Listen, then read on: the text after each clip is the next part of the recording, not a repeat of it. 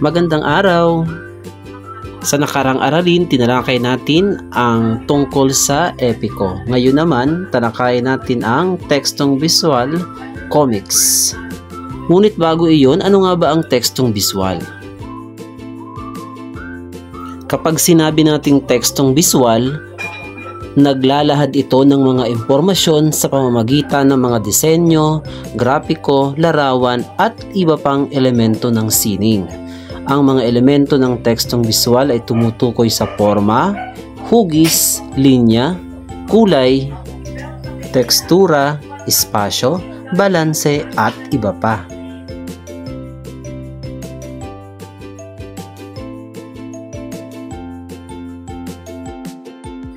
At ang isang uri ng tekstong visual ay ang tinatawag nating comics na binubuo ng mga dialogo, salita, at larawan na sinagsasalaysay sa diwa ng kwento.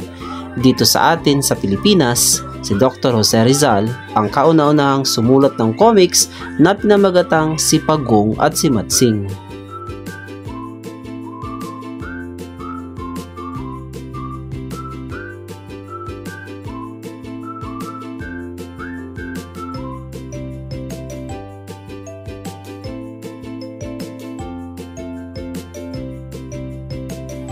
Talakayin naman natin ngayon ang iba't ibang anyo ng lobo ng usapan.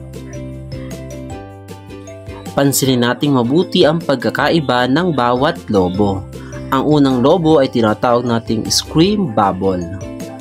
Samantalang ang pangalawang lobo naman ay tinatawag na speech bubble. Pansinin natin ang pagkakaiba ng dalawang lobong ito.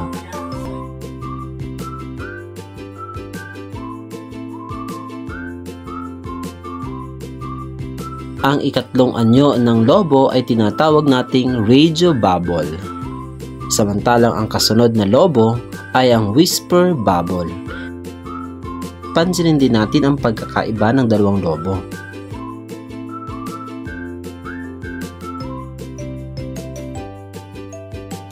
Ang panghuling anyo ng lobo ay tinatawag nating thought bubble.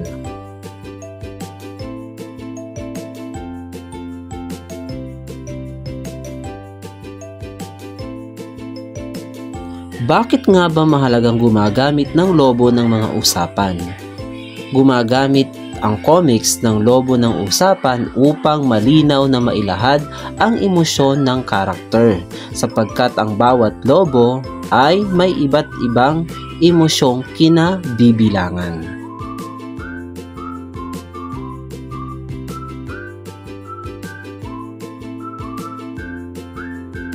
Talakayin naman natin ngayon ang mga bahagi ng comics.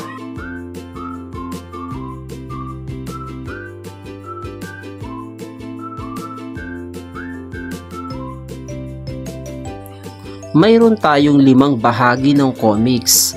Ito ay ang pamagat, kuwadro, ang larawang guhit, ang mga lobo ng usapan, at ang kahon ng salaysay.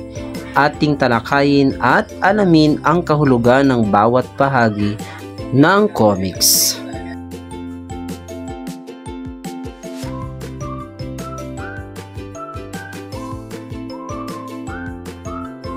Pamagat, makikita ang pamagat ng kwento o ang pamagat ng comics.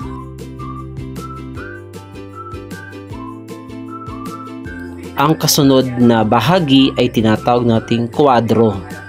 Ito ay naglalaman ng isang tagpo sa kwento. Sa Ingles, tinatawag itong frame.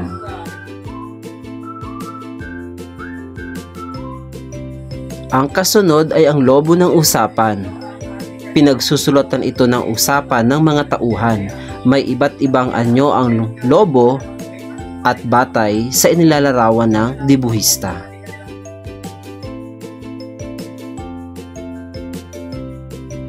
Ang kasunod na bahagi ay tinatawag nating kahon ng salaysay, kung saan dito isinusulat ang maikling salaysay.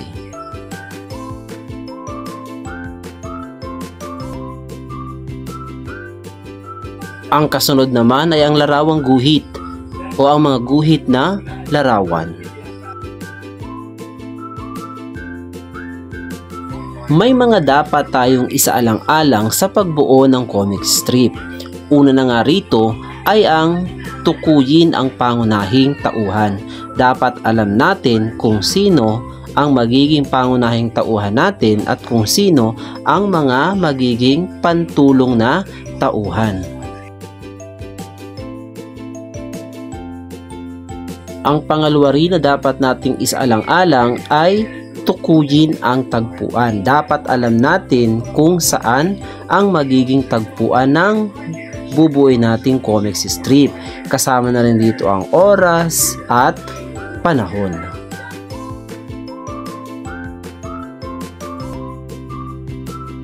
Ang pangatlong dapat isaalang-alang sa pagbuo ng comic strip ay ang balangkas ng kwento. Dapat alam natin ang pagkakasunod-sunod ng ating gagawing comic strip simula sa wakas hanggang sa wakas nito.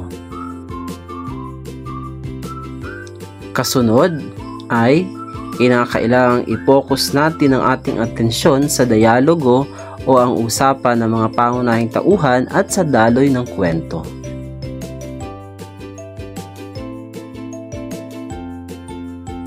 At panghuli na dapat nating isaalang-alang sa pagbuo ng comic strip, dapat ay maayos at maganda ang ating ginawa. At dyan na nagtatapos ang ating talakayan.